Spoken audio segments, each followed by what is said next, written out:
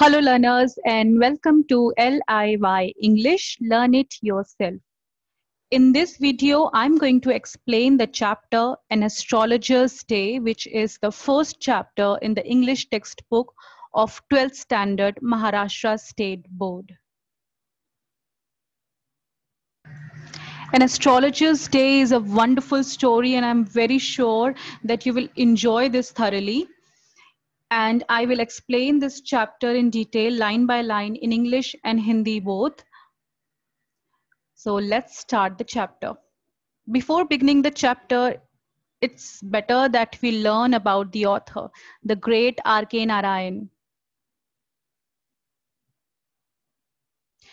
Chapter को समझने से पहले बहुत अच्छा होता है और बहुत इम्पोर्टेंट होता है कि चैप्टर लिखने वाले या स्टोरी लिखने वाले के बारे में थोड़ा बहुत जान लिया जाए. तो यहाँ पे हम पढ़ेंगे R.K. नारायण के बारे में, जिन्होंने ये चैप्टर लिखा है. You can see his full name was Rasipuram Krishnaswamy Iyer Narayan Swamy, and he was one of the best known novelists among Indian English writers.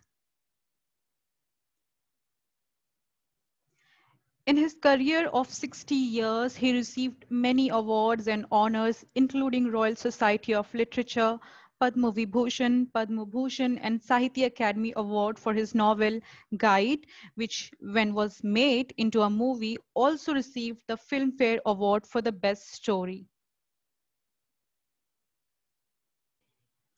R.K. Narayan ने अपने 60 साल के करियर में बहुत सारे अवार्ड्स और ऑनर्स जीते. उनकी एक नॉवेल गाइड को साहित्य अकेडमी अवार्ड मिला था और बाद में इस पर एक मूवी भी बनी थी जिसको बेस्ट स्टोरी के लिए फिल्म फेयर अवार्ड भी मिला था. His stories, characters and language style are very simple, having a natural element of humor and Indianness in them. Readers can easily relate to his characters. R.K. Narayan की कहानियों की खास बात है कि उनके जो कैरेक्टर्स होते हैं और लैंग्वेज होती है जो बहुत सिंपल होती है. लैंग्वेज कैरेक्टर्स इतने इंडियन लगते हैं, इतनी भारतीयता उसमें होती है कि रीडर्स जब उनकी कहानियों को पढ़ते हैं तो बहुत आसानी से उस कहानी को और उस कहानी के कैरेक्टर्स से, किरदार से अपने आप को रिलेट कर पाते हैं और इंजॉय कर पाते हैं सिंप्लिसिटी की वजह से. His collection of short stories called Malgudi Days was also converted into a TV serial where he created a fictional town called Malgudi and told many stories based on it with simple Indian character. उन्होंने एक short stories का collection, एक book लिखी थी जिसमें बहुत सारी short stories थी. उसके ऊपर भी एक टीवी सीरियल बनाया गया था, मालगुडी डेज. उस जो शॉर्ट स्टोरीज थी वो मालगुडी, एक फिक्शनल टाउन उन्होंने क्रिएट किया था, उसके अराउंड बुनी गई थी और ये बहुत फेमस हुई थी 1980s एंड 90s के करीब. ये टीवी चैनल पे आता था सीरियल और बहुत फेमस था. एंड ऑफ कोर्स उसका रीजन यही था कि उनके जो कैरेक्टर्स होते हैं वो बहुत सिंपल इंडियन कैरेक्टर्स होते हैं जो हम हमारे आसपास हमको दिखाई देते हैं, हम बहुत इजीली उनसे रिलेट कर पाते हैं. So let's start the chapter An Astrologer's Day. Now generally I prefer to give the gist or the summary of the chapter to the learner so that learner can easily understand the main idea or the theme of the chapter that he is about to learn. But since this chapter is actually a story and a wonderful story, so I don't want to spoil the fun by giving away the gist or summary in the beginning. हमेशा मैं chapter explain करने से पहले learners को उसके idea, उसके main theme के बारे में एक्सप्लेन कर देती हूँ ताकि लर्नर्स को पता रहे कि इस चैप्टर में हम क्या पढ़ने वाले हैं. लेकिन ये जो चैप्टर है एन एस्ट्रोलजर्स डे, ये एक ऑर्डिनरी चैप्टर नहीं है, ये एक ब्यूटीफुल स्टोरी है, वंडरफुल स्टोरी है. तो अगर मैं इसको पहले ही आपको बता दूंगी तो आप इतना एंजॉय नहीं कर पाओगे इस इंटरेस्टिंग स्टोरी को. इसीलिए I am not going to explain what is there in this story. Instead I am going to narrate the whole story to you. तो हम स्टार्ट करते हैं इस स्टोरी को जानना कि क्या होता है. Now as you can see by the title only we can assume An Astrologer's Day is a story about an astrologer. Title से ही हमको पता चलता है कि ये जो Astrologer's Day चैप्टर है वो Astrologer's Day के ऊपर है. Now what do you mean by an astrologer? Astrologer जिनके बारे में माना जाता है कि they possess some supernatural power because of which they can foresee and foretell our future, जिसको हम हिंदी में बोलते हैं ज्योतिषी। तो एस्ट्रोलॉजर को हम हिंदी में ज्योतिषी बोलते हैं, और लोगों में ये मान्यता होती है कि जो एस्ट्रोलॉजर्स होते हैं ना, उनमें एक्स्ट्रा सुपर नेचुरल पावर होता है, हमसे ज्यादा पावर होता है, जिसकी वजह से वो भविष्य देख सकते हैं और भविष्य बता सकते हैं। So this story is going to be about an astrologer. ये जो स्टोरी है एक एस्ट्रोलॉजर के बारे में ही है। Now it is better to understand the background of the story. मैंने आपको बताया कि ये जो चैप्टर है एस्ट्रोलॉजर्स डे, ये मालगुडी डेज उनकी जो किताब है आर के नारायण, वहां से लिया गया है, और ये पब्लिश्ड हुई थी अराउंड 70s और 80s में। सो ऑफ कोर्स ये जो स्टोरी है उस टाइम के बारे में है, 70s एंड 80s की सोसाइटी के बारे में है। तो आज के जमाने में एस्ट्रोलॉजर्स डे, एस्ट्रोलॉजर दिखना हमारे आसपास इतना कॉमन नहीं है, लेकिन अराउंड 70s और 80s में एस्ट्रोलॉजर को आप कहीं पे भी बाजारों में या गलियों में, मार्केट में आप आसानी से देख सकते थे। बहुत कॉमन था लोगों के लिए अपनी प्रॉब्लम्स लेके एस्ट्रोलॉजर्स के पास जाना। पहले लोगों को जब प्रॉब्लम होती थी, बी इट मेडिकल प्रॉब्लम और any kind of financial, emotional, familial problem, they used to go to an astrologer.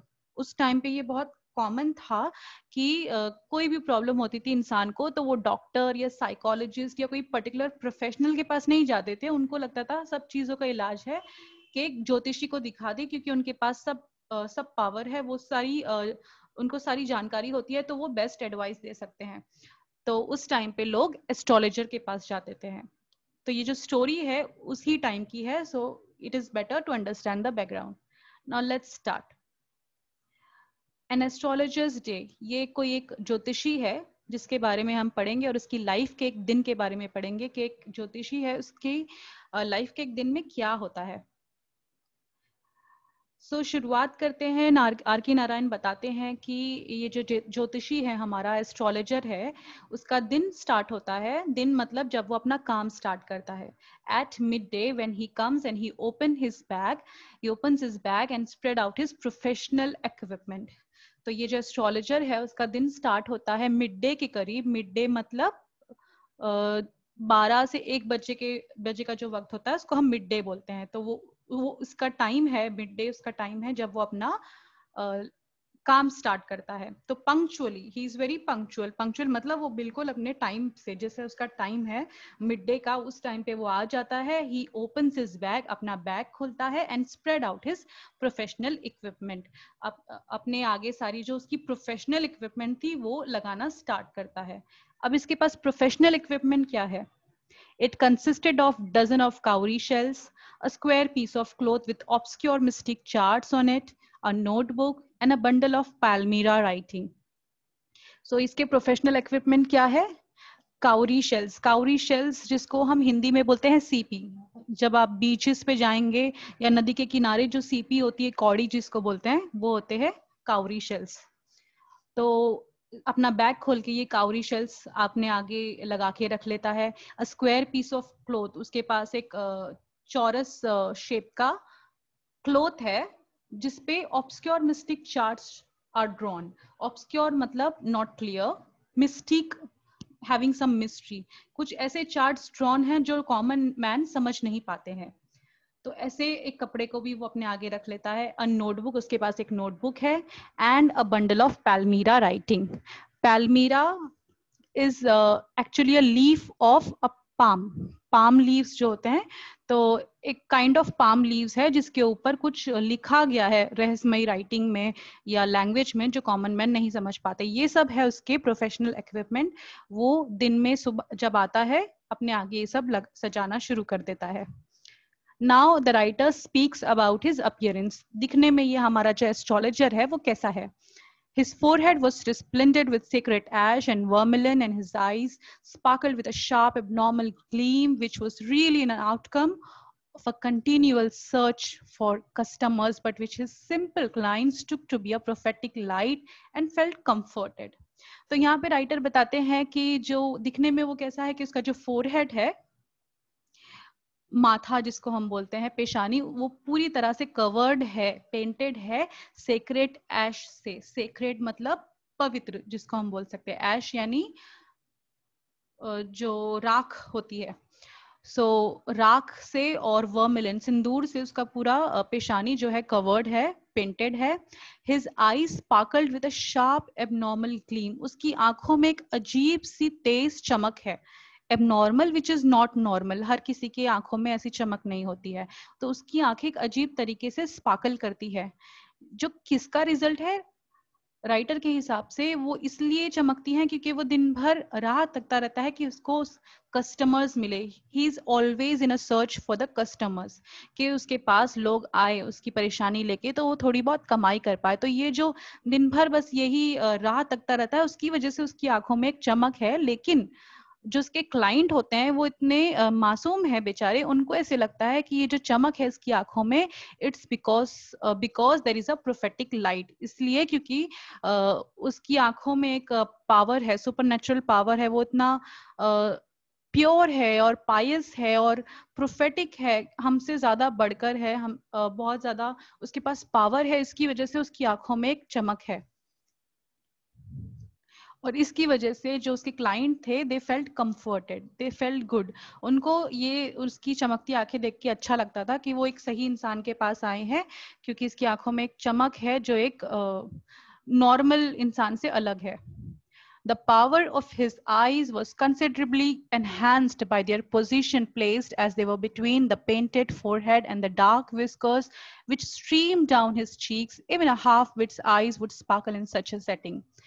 So writers हमें यहाँ बताते हैं कि जो उसका आईज की चमक है, आंखों की चमक है, वो और ज्यादा बढ़ाई गई थी क्योंकि उसने अपने चेहरे का मेकअप, जिसको हम बोल सकते हैं, इस तरह से किया था, उसका लुक इस तरह से अपने आप से क्रिएट किया था, जिसकी वजह से उसकी आंखें बहुत अट्रैक्टिव लगती थी, क्योंकि उसका पूरा फोरहेड जो है सीक्रेट ऐश और वर्मिलिन से फुल था, और उसका जो हाफ फेस है, there were dark whiskers, whiskers मतलब फेशियल हेयर, जिसको हम बोल सकते हैं मुस्टैचेस एंड बियर्ड।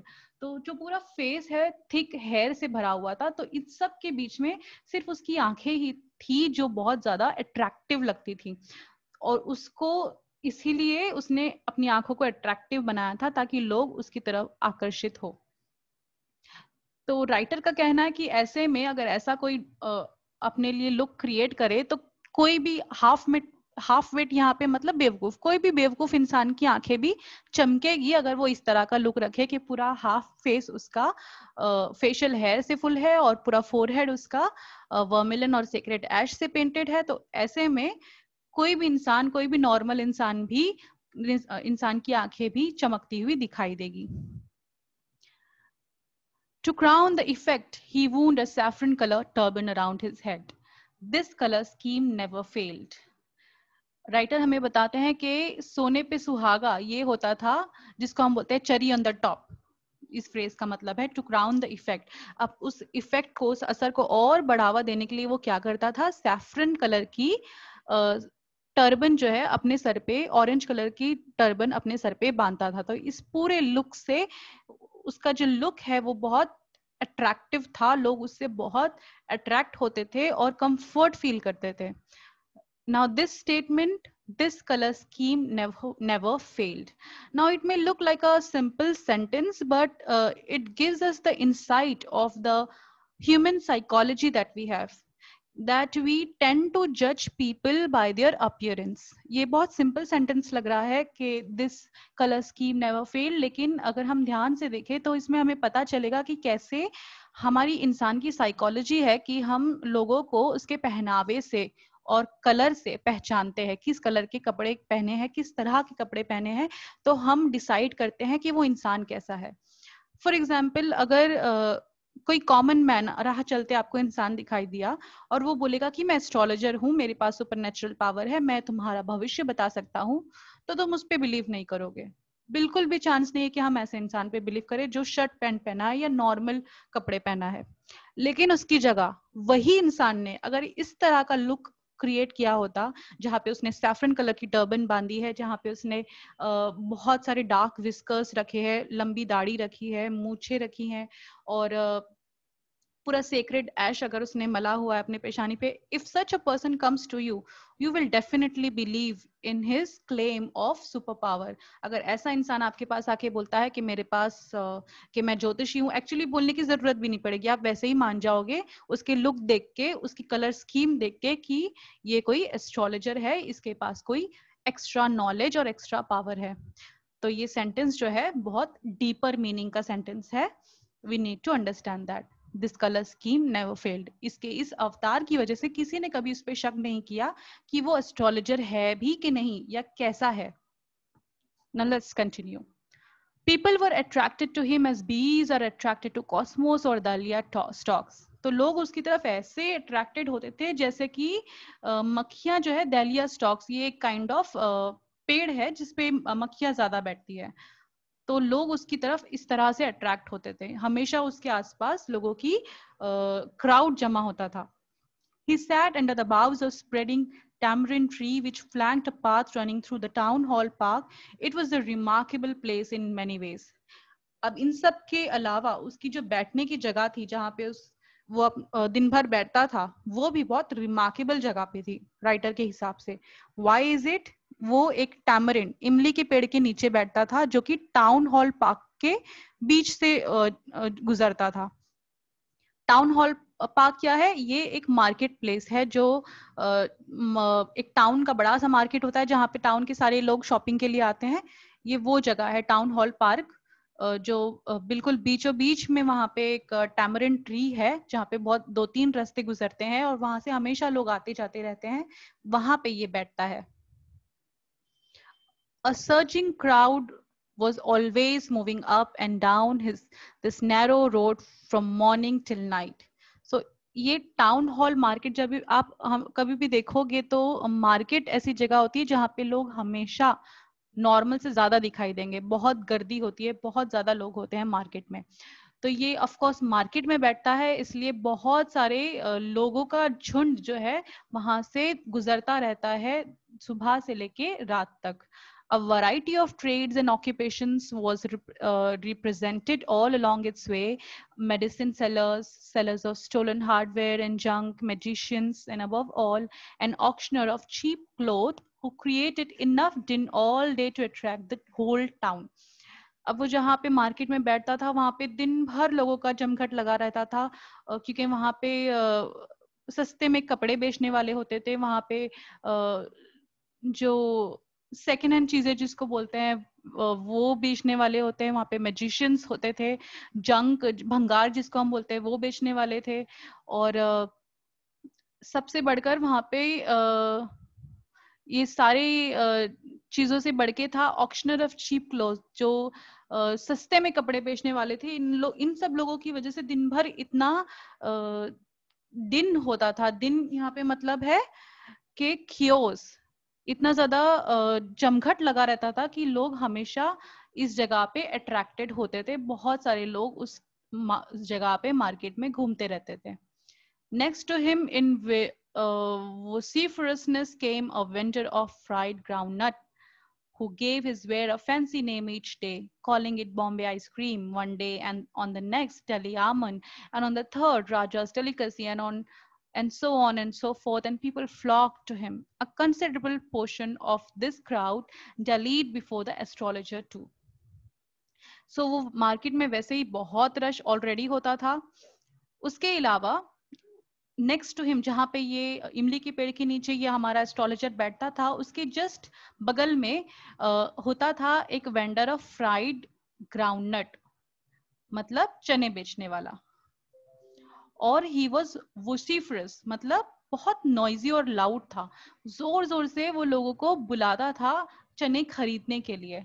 और उसकी स्पेशलिटी ये थी कि वो हमेशा नॉर्मल भुने हुए चने बेचता था, लेकिन अपने चनों को वो इतने फैंसी नाम देता था, इतने अट्रैक्टिव नाम जोर जोर से पुकारता था कि लोग खींचे चले आते थे कि ये क्या बेच रहा है. कभी बोलता था वो Bombay ice cream, one day he will say Delhi almond, the other day he will name his groundnut as Raja's delicacy.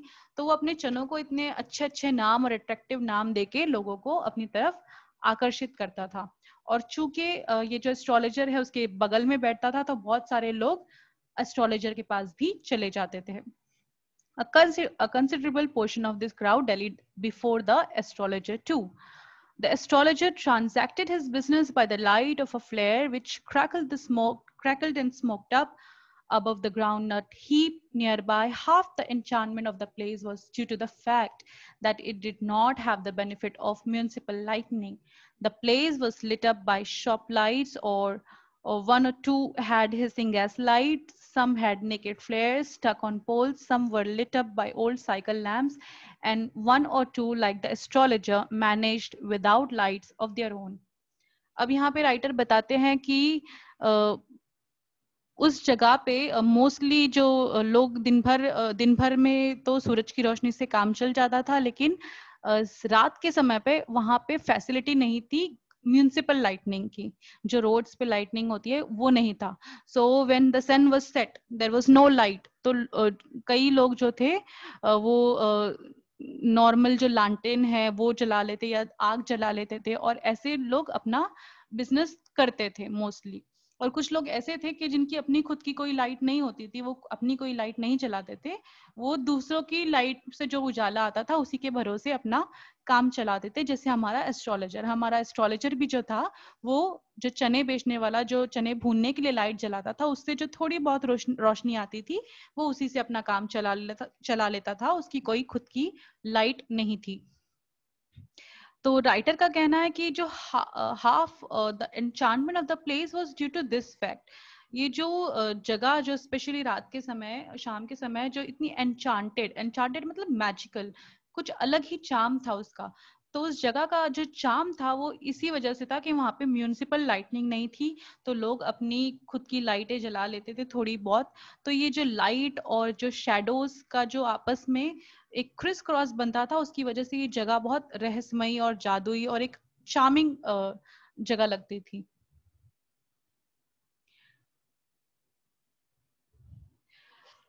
So now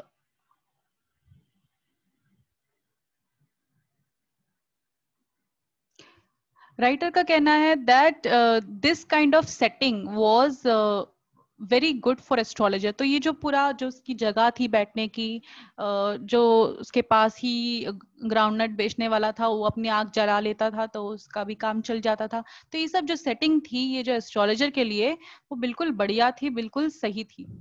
क्यों, अभी हमें पता चलेगा आगे. The writer says because he had not in the least intended to be an astrologer when he began life. It was a bewildering crisscross of light rays and moving shadows. This suited the astrologer very well for the simple reason that he had not in the least intended to be an astrologer when he began life, and he knew no more of what was going to happen to others than he knew what was going to happen to himself next moment or next minute. So writer हमें यहाँ बताते हैं कि ये जो system था, setting था, उसके लिए बिल्कुल सही थी, क्योंकि उसको बिल्कुल भी आइडिया नहीं था जब उसने स्टार्ट किया था कि वो एस्ट्रोलॉजर बनेगा. वो तारों या स्टार्स से उतना ही अजनबी था जितने उसके क्लाइंट. इस यहाँ पे राइटर का ये मतलब है क्योंकि जो एस्ट्रोलॉजर होते हैं, माना जाता है कि उनको तारों की समझ होती है, और लोग मानते हैं कि जो तारों का मूवमेंट है वो डिफाइन करता है कि हमारी डेस्टिनी में क्या होने वाला है, हमारी किस्मत में क्या होने वाला है. वो ग्रहों के मूवमेंट से पता चलता है. और ये जो ज्योतिषी होते हैं उनको ये सबकी मूवमेंट का नॉलेज होती है, और कैसी इनकी मूवमेंट हमारी लाइफ पे अफेक्ट करती है ये सब उन्हें पता होता है. लेकिन ये जो हमारा एस्ट्रोलॉजर है उसको ये सब कुछ नहीं पता, उसको कोई भी नॉलेज नहीं है. सो बेसिकली वो एस्ट्रोलॉजर कभी बनना ही नहीं चाहता था, क्योंकि वो उसके लायक नहीं है, उसको कोई नॉलेज नहीं था स्टार्स के बारे में. वो इतना ही अजनबी था स्टार्स को लेके जितने के उसके खुद के क्लाइंट्स. उसको ये तक नहीं पता था कि उसके साथ आगे क्या होने वाला है नेक्स्ट मोमेंट में, तो वो कैसे बताता कि उसके क्लाइंट के साथ क्या होने वाला है. Yet he said things which pleased and astonished everyone. That was more a matter of study, practice, and shrewd guesswork. All the same, it was as much an honest man's labor as any other, and he deserved the wages he carried home at the end of a day. Writer यहाँ पे बताते हैं कि इतना सब होने के बाद भी कि उसको कुछ भी नॉलेज नहीं थी, उसे कुछ भी नहीं पता था अपने फ्यूचर के बारे में, फिर भी वो उतना सक्सेसफुल क्यों था? क्योंकि वो हमेशा ऐसी चीजें बताता था, बोलता था लोगों को उनके बारे में, जिनकी वजह से लोग बहुत खुश हो जाते थे या बहुत आश्चर्यचकित, जिसको हम बोलते हैं एस्टोनिश्ड, मतलब आश्चर्यचकित हो जाते थे। तो ये जो वो कैसे करता था, कैसे वो लोगों को वही चीजें बोलता था कि लोग उस पर बिलीव कर लेते थे और लोग खुश हो जाते थे, ये सब उसकी मेहनत का नतीजा था कि उसने बहुत नजदीकी से स्टडी किया था लोगों को, और जो इतना एक्सपीरियंस उसने कमा लिया था इतने साल तक, और बहुत अच्छा उसका गेस वर्क था, इस सब की वजह से वो बहुत सक्सेसफुल एस्ट्रोलॉजर था अब तक। So at the end of the day जो भी वो कमाई कमा कर ले जाता था दिन भर में, वो डिजर्व करता था वो सब कमाई eight the end of the day. Writer हमें ये कहते, राइटर से हमें यहाँ से पता चलता है कि जो राइटर है हमारा, वो जज नहीं कर रहा है कि एस्ट्रोलॉजर को, कि एस्ट्रोलॉजर फ्रॉड था। नो वेयर ही सेज के ही वाज अ फ्रॉड, और he was taking people's advantage और पीपल्स इनोसेंस। तो यहाँ पे हमें पता चलता है कि राइटर जो है हमारा, वो बिल्कुल भी जज नहीं करता है हमारे एस्ट्रोलॉजर को। उनका कहना है, हमारे राइटर का कहना है कि दिन भर में वो जो भी कमाई करके ले जाता था अपने घर, वो उसे डिजर्व करता था, वो उसका हकदार था, क्योंकि उसने बहुत मेहनत की थी, बहुत अच्छा उसका गेस वर्क था, उसने बहुत नजदीकी से लोगों को पढ़ा था। तो इसीलिए वो जो चीजें बोलता था वो यूजलेस नहीं होती थी, कहीं ना कहीं वो लोगों के काम आ जाती थी, जिस तरह की वो एडवाइस देता था, क्योंकि उसने बहुत नॉलेज गेन कर लिया था लोगों को, लोगों के और लोगों की प्रॉब्लम्स के बारे में।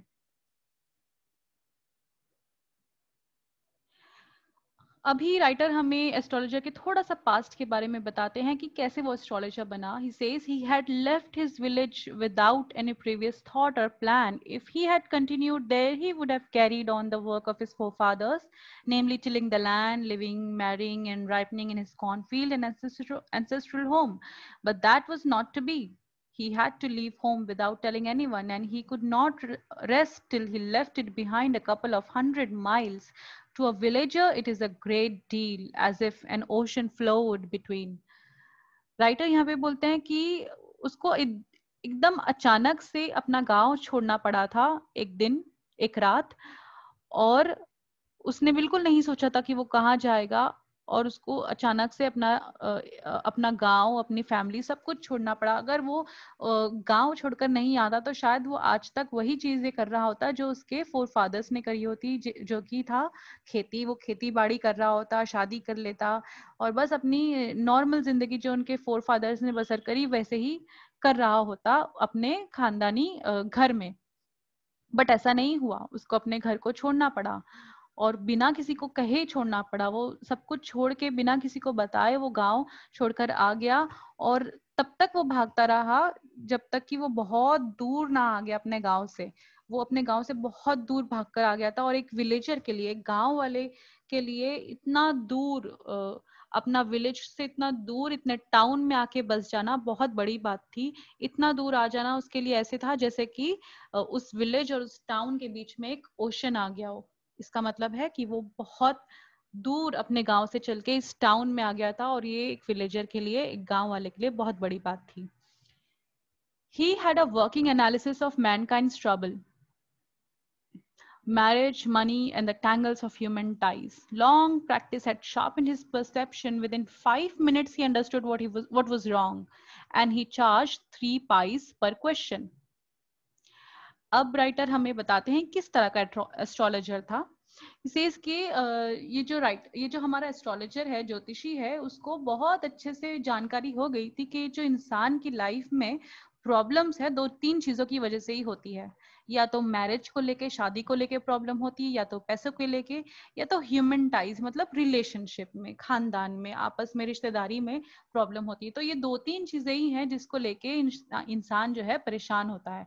तो वो इतना जो लॉन्ग एक्सपीरियंस, इतने सालों का एक्सपीरियंस की वजह से उसका जो परसेप्शन जो है, परसेप्शन यहाँ पे इसका मतलब है पॉइंट ऑफ व्यू, इतना शार्प हो गया था कि वो देख के ही ऑलमोस्ट समझ जाता था कि इस इंसान को क्या प्रॉब्लम होगी। 5 मिनट के अंदर उसको पता चल जाता था इस इंसान की क्या प्रॉब्लम है, और वो एक क्वेश्चन का 3 पैसा चार्ज करता था. And never opened his mouth till the other had spoken for at least 10 minutes. ये था उसका राज कि कैसे उसको पता चल जाता था कि इंसान को क्या प्रॉब्लम है, क्योंकि वो खुद से आगे से अपने क्लाइंट को कुछ नहीं बताता था, अपना मुंह नहीं खोलता था जब तक कि उसने अपनी क्लाइंट की बातों को 10 मिनट तक ना सुन लिया हो. अब 10 मिनट में अगर आप कोई भी इंसान को उसकी प्रॉब्लम बताते हुए सुन लोगे तो आपको वैसे भी पता चल जाएगा इस इंसान की क्या प्रॉब्लम है. और आप ऑफ कोर्स अगर आप थोड़े बहुत भी सेंसिबल हो तो आप एडवाइस दे सकते हो कि भाई तुमको ये करना चाहिए, तुम्हारी प्रॉब्लम सॉल्व हो जाएगी. और यही एस्ट्रोलॉजर करता था कि वो 10 मिनट तक पूरा सामने वाले को सुनता था, and after which he would have enough of stuff और डेटा और information to give the dozen answers and advice. 10 minute तक सुनने के बाद उसके पास सारी जानकारी हो जाती थी उस इंसान के बारे में, जिसके ऊपर वो दर्जन भर क्वेश्चंस के सवालों के जवाब दे सकता था. When he told the person before him, gazing at his palm, in many ways, you are not getting the fullest result for your efforts. 9 out of 10 were disposed to agree with him. और उसने 2-4 जो sentence है अपने लिए frame करके रख लिए थे, जो मोस्टली हर किसी पे यूज करता था, जो कि ऐसे होते थे कि लोग कोई मना नहीं करते थे और लोग मान जाते थे कि ये बिल्कुल सही है, क्योंकि वो ऐसे क्वेश्चंस होते थे कि जो लोगों को प्लीज करते थे, खुश करते थे. फॉर एग्जाम्पल वो बोलता था कि बहुत बहुत तरीके से पता चल रहा है कि जो तुम इतना मेहनत कर रहे हो, इतना एफर्ट डाल रहे हो कोई चीज को लेके, पर तुमको उसका पूरा रिजल्ट नहीं मिल रहा. अब ये जो है बहुत कॉमन स्टेटमेंट है कोई, और ये ऐसा स्टेटमेंट है कि कोई नकारेगा नहीं. अगर आप किसी को बोलोगे तुम बहुत मेहनत कर रहे हो लेकिन तुमको उसका रिजल्ट नहीं मिल रहा, ये ऐसा सेंटेंस है कि हमको ऐसे लगता ही है, हमेशा हमको ऐसे लगता है कि हम मेहनत ज्यादा करते हैं और हमको रिजल्ट कम मिलता है. तो अगर वो ये ऐसा सेंटेंस अपने क्लाइंट को बोलता था तो लोग उस पे 10 में से 9 लोग तो मान ही जाते थे कि हाँ आप सही कह रहे हो, मैं मेहनत तो बहुत कर रहा हूँ लेकिन मुझे रिजल्ट नहीं मिल रहा. Then the another sentence was that, is there any woman in your family, maybe even a distant relative, who's not well disposed towards you? Of course it is a marital problem कि कोई औरत है जिससे तुमको कोई problem है, जो शायद तुमसे ज्यादा बात नहीं करती है. Then he will say, most of your troubles are due to your nature. How can you be otherwise with Saturn where he is? You have an impetuous nature and a rough exterior. ये एक sentence बोलता था कि तुम्हारी सारी तकलीफें, जो problems है तुम्हारी लाइफ में, वो तुम्हारे नेचर को लेके है. तुम अंदर से बहुत शांत हो, अंदर से बहुत अच्छे हो, सॉफ्ट हो, लेकिन तुम्हारा जो नेचर है लोग उसको मिसअंडरस्टूड करते हैं. लोग समझते हैं कि तुम बहुत रफ हो, हार्ड हो या निर्दयी हो. तो ऐसा सुन के भी लोगों को बहुत अच्छा लगता था कि ज्योतिषियन को ऐसे बोल रहा है कि तुम अंदर से बहुत अच्छे हो पर बाहर से लोग तुमको समझ नहीं पाते. तो ये जो इस तरह के सेंटेंसेस बोलता था, उससे लोग जो क्लाइंट्स होते थे वो बहुत खुश होते थे उससे, और उस पे कोई शक नहीं करता था. इस तरह से उसका काम जो है चल रहा था. अब एक दिन क्या होता है, what happens one day to this astrologer? The nuts vendor blew out his flare and rose to go home. जो चने भुनने वाला उसके बाजू में खड़ा रहता था, दिन बीत गया है, सूरज अब नहीं है, रोशनी बिल्कुल नहीं है, तो वो चने वाले के भरोसे पे रहता था. जब तक वो चने वाला लाइट जला के अपने चने भून के बेच रहा होता है तब तक वो भी बैठता था. But when he is about to pack up and he is about to go, he will also get up and try to go home. जब वो चने वाला उठ कर जाने की तैयारी में लग जाता था, तो ये इसके लिए सिग्नल होता था एस्ट्रोलॉजर के लिए कि वो भी अब उठकर अपना सामान जो है पैक कर ले और घर की तरफ निकले, क्योंकि अब उसके पास लाइट तो है नहीं और चने वाला भी जा रहा है अपनी लाइट लेके, तो अब उसको तैयारी कर लेनी चाहिए. So the same thing happened one day. एक दिन ऐसे ही जब वो अपना पैकअप करने लगा, what happened? He picked up his cowrie shells and paraphernalia and was putting them back into his bag when the green shaft of light was blotted out. He looked up and saw a man standing before him. He sensed a possible client and said, तो वो अपना सब bag pack up करने जब लगा, अपने सारे जो प्रोफेशनल इक्विपमेंट थे जो उठा के अपने बैग में डालने लगा, तभी उसको नजदीक में दिखाई दिया कि एक आदमी खड़ा है. अब उसको लगा कि ये मेरा क्लाइंट बन सकता है, इसको मैं अपनी बातों में फंसा लूं और क्लाइंट बना लूं, तो मुझे कुछ और घर जाने तक और थोड़ी बहुत कमाई हो जाएगी. So वो उसको एड्रेस करता है, उसको बुलाता है. He says, "You look so careworn. It will do you good to sit down for a while and chat with me." The other grumbled some reply vaguely. The astrologer pressed his invitation, whereupon the other thrust his palm under his nose, saying, "You call yourself an astrologer?" The astrologer felt challenged and said, tilting the other's palm towards the green shaft of light, "Yours is a nature." "Oh, stop that," the other said. "Tell me something worthwhile." Our friend felt piqued. "I charge only 3 pice per question, and what you get ought to be good enough for your money." At this, the other withdrew his arm, took out an anna, and flung it out to him, saying, "I have some questions to ask. If I prove you are baffling, you must return that anna to me with interest." So वो जो अजनबी है, stranger जो उसके पास आकर खड़ा है, उसको वो इनविटेशन देता है, एस्ट्रोलॉजर बुलाता है कि तुम बहुत थके हुए लगते हो, you look so careworn, you look so tired, come and talk to me, it will do you good. आओ थोड़ी देर मुझसे बैठ के बात करो तो तुम्हारा थोड़ा भला हो जाएगा. तो उससे सरप्राइजिंगली और शॉकिंगली पता चलता है कि जो स्ट्रेंजर है वो इतना ज्यादा पोलाइट नहीं है, बहुत सॉफ्ट नहीं है, और वो बहुत रूड है. कुछ रूडली वो बड़बड़ाता है. ग्रम्बल मतलब बड़बड़ाना, कुछ भी बड़बड़ाता है जो बहुत क्लियरली नहीं है कि वो क्या बोल रहा है. एस्ट्रोलॉजर फिर से उसको बुलाता है. "Come, I will talk to you and you'll feel good." तो इस पे ये जो स्ट्रेंजर है वो बहुत गुस्से में इसके पास आता है और अपना हाथ आगे कह के बोलता है कि तुम अपने आप को ज्योतिषी मानते हो? Okay, give me your answer. तो उस पे हमारा जो एस्ट्रोलॉजर है वो बोलता है कि okay, yours is a nature. वो जो अपना घिसा पिटा जो डायलॉग है वो बोलना स्टार्ट करता ही है कि जो स्ट्रेंजर है उसको बीच में रोक लेता है और बोलता है कि नो, ये सब बकवास मुझसे मत करो, मुझसे कुछ काम की बात करो. तो उस पे एस्ट्रोलॉजर बोलता है कि मैं 3 पाई चार्ज करता हूँ एक क्वेश्चन को लेके.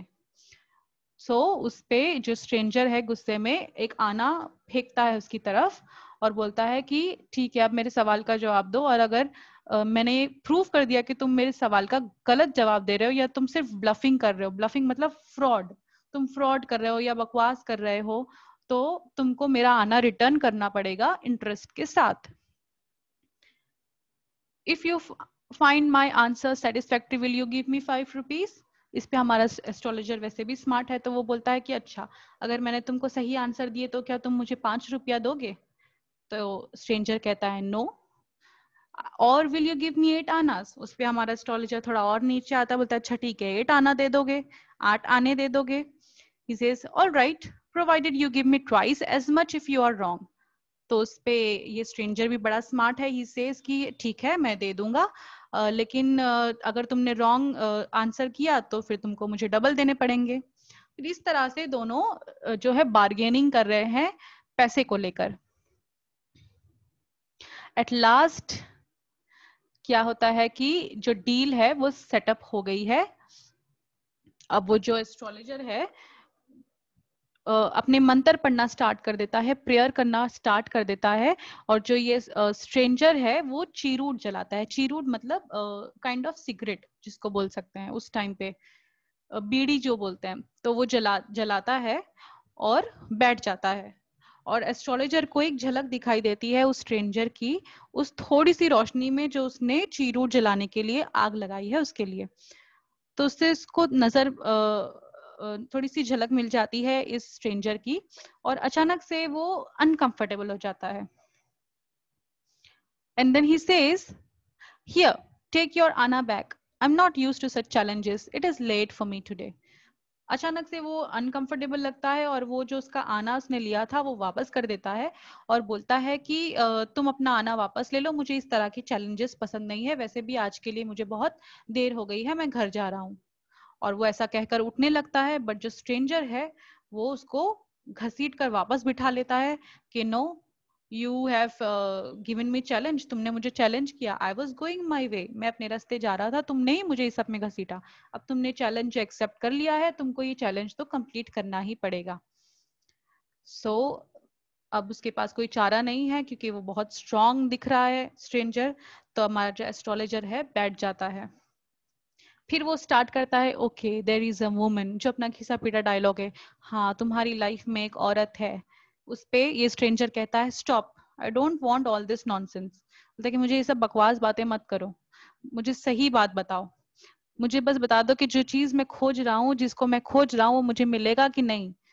अगर तुमने मुझे नहीं बताया आज, ये इस सवाल का जवाब सही नहीं दिया, तो मैं तुम्हारे जितने भी कॉइन्स, जो भी तुमने आज कमाया है, वो सब कुछ मैं ले लूंगा तुमसे। The astrologer muttered a few incantation, incantation मतलब मंत्र जिसको हम बोलते हैं। अब एस्ट्रोलॉजर डर गया और अब वो और मंत्र पढ़ने लगा और फिर उसने जवाब देना स्टार्ट किया। All right, I will speak, but will you give me a rupee if what I से इज कन्विंसिंग। अब फिर से वो बार्गेनिंग पे आ गया है। हमारा एस्ट्रोलॉजर बोलता है अच्छा ठीक है, मैं मान जाता हूँ, मैं तुमको तुम्हारे सवाल का जवाब दूंगा, लेकिन तुमको मुझे 1 रुपया देना पड़ेगा। After a good deal of haggling, the other agreed. The astrologer said, "You were left for dead. Am I right?" अब इतना सब के बाद डील जो है सेट हो गई है। अब एस्ट्रोलॉजर अपना बोलना स्टार्ट करता है और वो बोलता है कि ठीक है, तो तुम्हें मरने के लिए छोड़ दिया गया था, क्या मैं सही बोल रहा हूँ? तो यहाँ पे ये जो स्ट्रेंजर है वो थोड़ा कन्विंस लगता है। ओके, टेल मी मोर, अच्छा आगे बताओ। A knife had pass through you once, said the astrologer. किसी ने तुम पे चाकू से, नाइफ से वार किया था। इस पे जो स्ट्रेंजर है वो और ज्यादा इम्प्रेस हो गया है। वो बोलता है गुड गुड फेलो, मतलब बहुत अच्छे। फिर वो उसके चेस्ट पे एक मार्क होता है, वो खोल के इसको दिखाता है। Bad, he bad means remove the shirt from his chest and shows the scar. Scar मतलब घाव, जो अभी तक उस चाकू के घाव के निशान उसके सीने पे थे, वो उसको दिखाता है कि हाँ okay you are right. What else, और बताओ, और क्या? फिर एस्ट्रोलॉजर बोलता है and then you were pushed into a well nearby in the field, you were left for dead. और फिर चाकू से वार करने के बाद तुम्हें नजदीक के कुएं में, सूखे हुए कुएं में फेंक दिया गया था और तुम्हें मरने के लिए ऐसे ही छोड़ दिया गया था। तो उस पे स्ट्रेंजर और ज्यादा इंप्रेस हो जाता है। वो बोलता है हाँ, I should have been dead if some passerby had not chanced to peep me into the wall। कि हाँ मैं मर गया होता अगर किसी राह चलते गुजरने वाले ने कुएं में झांक कर ना देखा होता और मेरी जान ना बचाई होती। और वो ऐसे, अब इस टाइम पे ये जो स्ट्रेंजर है वो बहुत ज्यादा एक्साइटेड हो गया कि कैसे ये जो एस्ट्रोलॉजर है सब कुछ सही सही बता रहा है। फिर वो और एक्साइटेड हो जाता है और अपना सवाल पूछता है, final question, when shall I get him, कि कैसे मैं उस इंसान को पकड़ूंगा जिसने मेरे साथ ये सब किया। और बहुत गुस्से में है इस वक्त वो। एस्ट्रोलॉजर बोलता है इन द नेक्स्ट वर्ल्ड, वो बोलता है कि अगली दुनिया में मिलोगे तुम, इस दुनिया में नहीं मिलोगे अब तुम उसको। ही डाइड 4 months ago, क्योंकि वो 4 महीने पहले ही दूर के किसी गांव में मर गया है। You will never see any more of him, तुमको आज के बाद वो कभी दिखाई नहीं देगा। इसको लेकर, इसको सुनकर जो हमारा स्ट्रेंजर है वो ग्रोन करता है। ग्रोन मतलब आवाज निकालना, दुख भरी आह लेता है कि because he wanted to kill that person himself. Then but he says, Guru Nayak, वो एस्ट्रोलॉजर जो है उस स्ट्रेंजर को उसका नाम लेकर पुकारता है पहली बार, गुरु नायक। इस पर जो स्ट्रेंजर है वो बहुत शॉक हो जाता है because he never mentioned his name to the astrologer. उसने कभी एस्ट्रोलॉजर को अपना नाम नहीं बताया था, तो उससे वो और शॉक हो जाता है। यू नो माई नेम, कि तुम मेरा नाम जानते हो? तो एस्ट्रोलॉजर कहता है I I know many things about you Guru Nayak, listen to me carefully.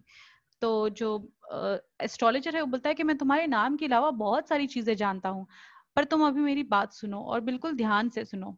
He says your village is 2 days journey due north of this town. Take the next train and be gone. I see once again great danger to your life if you go from home. और वो बोलता है कि गुरु नायक सुनो, तुम मेरी बात को ध्यान से सुनो और इस पे अमल करना। तुम्हारा जो गांव है यहाँ से नॉर्थ की तरफ है और 2 दिन का सफर है, तुम बस यहाँ से चले जाओ। और मैं देख रहा हूं कि अगर तुम फिर से अपने गांव से, अपने घर से बाहर निकले तो तुम्हारी जान को खतरा है। इस पे जो स्ट्रेंजर है वो बोलता है, why will I leave my house, no, ठीक है मैं जाऊंगा और मैं कभी अपने घर से वापस, अपने घर और गांव को छोड़कर वापस नहीं आऊंगा। Because I was going away only in search of that man, मैं बस उस इंसान की तलाश में अब तक इधर उधर भटक रहा था, पर अब मुझे पता चल गया that he is dead. So why should I leave my house, but he has escaped my hands. I hope at least he died as he deserved. पर बोलता है कि काश मैं उसको अपने हाथों से मार पाता। आई होप, उम्मीद है कि वो उस बुरी तरह से मरा है जितना वो डिजर्व करता है। तो उस पे एस्ट्रोलॉजर कहता है yes, he was crushed under a lorry. वो बोलता है कि हाँ, वो लॉरी के नीचे कुचला गया। तो उस पे जो स्ट्रेंजर है वो ग्रेटिफाइड लगता है। ग्रेटिफाइड मतलब खुश और हैप्पी। अब वो बिल्कुल संतुष्ट है ये जानकर कि जो उसका दुश्मन है वो बहुत बुरी तरह मारा गया है। उसके हिसाब से जैसी मौत वो डिजर्व करता था उसको वैसी ही मौत मिली है। अब ऐसा सुन के वो बहुत खुश हो गया और अब वहां से स्ट्रेंजर चला गया। Now the astrologer packed up, और क्योंकि ये बहुत देर हो गई है और पूरा जो इलाका है टाउन हॉल मार्केट का पूरा डिजर्टेड हो गया है। डिजर्टेड मतलब अब वहां पे कोई नहीं बचा है, बहुत रात हो गई है, सारे अपने घर पे जा चुके हैं। So he also packs up and start moving towards his home. वो भी अपने घर की तरफ निकल पड़ता है। When he reaches his home, he sees that his wife is waiting for him at the door. जब वो घर पहुंचता है तो उसे पता चलता है कि जो उसकी वाइफ है घर पे ही, घर के दरवाजे पे ही उसका वेट कर रही है। And she demanded an explanation, और वो पूछती है कि what happened, what took you so long, आज इतनी देरी क्यों हो गई। तो उसके जवाब में जो एस्ट्रोलॉजर है वो जो उसके पास पैसे थे वो सब अपनी वाइफ को देता है। तो वाइफ इतने सारे पैसे देखकर खुश हो जाती है और वो काउंट करती है और बोलती है 12.5 आनास, के 12.5 आना। और वो बहुत खुश हो जाती है इतने सारे पैसे देख के। She says I can buy some jaggery and coconut tomorrow and I will prepare some sweet because the child had been asking for sweet for so many days. वो बोलती है कि जो बेटी है उन लोगों की जो बेटी है वो बहुत दिनों से मिठाई की फरमाइश कर रही है, बट मेरे पास पैसे नहीं थे, बट अब इतने सारे जो पैसे हैं तो मैं कल ही जाके जैगरी मतलब गुड़ और कोकोनट खरीदूंगी, खोपरा खरीदूंगी और कुछ तो मीठा प्रिपेयर करूंगी। The swine has cheated me. Swine means a bad animal. So उस पे जो एस्ट्रोलॉजर है वो गुस्सा हो जाता है सुन के कि उसने मुझे चीट किया। उसने मुझे बोला था कि 1 रुपया देगा और उसने मुझे 12.5 आना दिए। She looked up at him and she says, "You look worried. What is wrong?" उस पे इसकी वाइफ जो है नजर उठा के अपने पति की तरफ, एस्ट्रोलॉजर की तरफ देखती है और रियलाइज करती है कि ही इज अपसेट। सो वो पूछती है कि क्या हुआ, आज तुम बहुत वरीड लग रहे हो, बहुत फिक्रमंद लग रहे हो। To which he replies nothing, और वो बोलता है कि कुछ नहीं, और वो आगे अंदर घर में चला जाता है। After dinner sitting on the pyol, pyol मतलब चारपाई, he told her, do you know, a great load is gone from me today. I thought I had the blood of a man on my hands all these years. That was the reason why I ran away from home, settled here, and married you. He's alive. She's gasped. You tried to kill him? अब dinner के बाद रात को जब वो चारपाई पे आराम करने लेटा है तो अपनी वाइफ से शेयर करता है कि तुम्हें पता है कि आज के दिन जो मेरे दिल में जो बहुत बड़ा बोझ था कई सालों से जो था वो आज हट गया है। मुझे हमेशा से लगता था कि मैंने एक इंसान का मर्डर किया है, बट आज मैंने उस इंसान को जिंदा देखा तो मुझे रियलाइज हुआ कि मैं समझता था कि मैंने जिस इंसान को मार दिया है, जिसकी वजह से मैं घर से भाग आया और यहाँ सेटल हो गया, तुमसे शादी कर ली, आज मुझे पता चला कि वो जिंदा है। तो इस पे इसकी वाइफ जो है बहुत शॉक हो जाती है कि you tried to kill him, क्या तुमने किसी को जान से मारने की कोशिश की। सो ये जो एस्ट्रोलॉजर है वो कहता है yes, in our village when I was a silly youngster we drank gambled and quarrelled badly one day, why think of it now, time to sleep, he said, yawning and stretched himself on the pole. तो वो अपनी wife को बोलता है कि नहीं, वो बस मेरे बचपन की बात है, मैं बच्चा हम बच्चे थे, हम लोग खेल रहे थे, गैम्बल कर रहे थे, मतलब जुआ खेलना, जुआ खेल रहे थे, हम थोड़ा पिए हुए भी थे। अचानक से हमारे बीच झगड़ा हो गया और उस झगड़े के बीच में मैंने उसको मार दिया था, बट जाने दो, ये सब बातें अब छोड़ दो, वैसे भी हमको पता चल गया है कि वो अब जिंदा है। और ऐसा कह के वो अपनी चारपाई पे लेट जाता है। So this is the end of the story. I'm sure you all enjoyed it, and there are so many beautiful things we can learn from this chapter. For example, how this astrologer, he never gave up even when he was in so much of problem, जब वो बहुत सारी problem में था फिर भी उसने हार नहीं मानी, और how he did something even if he did not have knowledge of that particular profession, but he used his mind and he settled himself, and he created a life for himself. And also we learn that if we do some mistake, if we commit some mistake, it is important to accept those mistake and then try to rectify it instead of running away from it. Because हमको पता चलता है कि कैसे astrologer, जैसे उसने कहा कि मेरे दिल में बहुत सा बर्डन था आज तक, इतने सालों तक, मतलब when he did that mistake, जो गैम्बलिंग करते हुए झगड़ा हो गया अपने दोस्त से और अपने दोस्त को मार के वो भाग आया, पर उसके जो गलती थी वो उससे नहीं भाग पाया. The regret that he had in his heart, he could not run away from that. वो अपने दिल में जो रिग्रेट थी, जो बर्डन था, उससे नहीं भाग पाया. तो इम्पोर्टेंट ये है कि whenever we commit any mistake, it is important that to accept those mistake and instead of running away. So this is the lesson I think we learn from this chapter.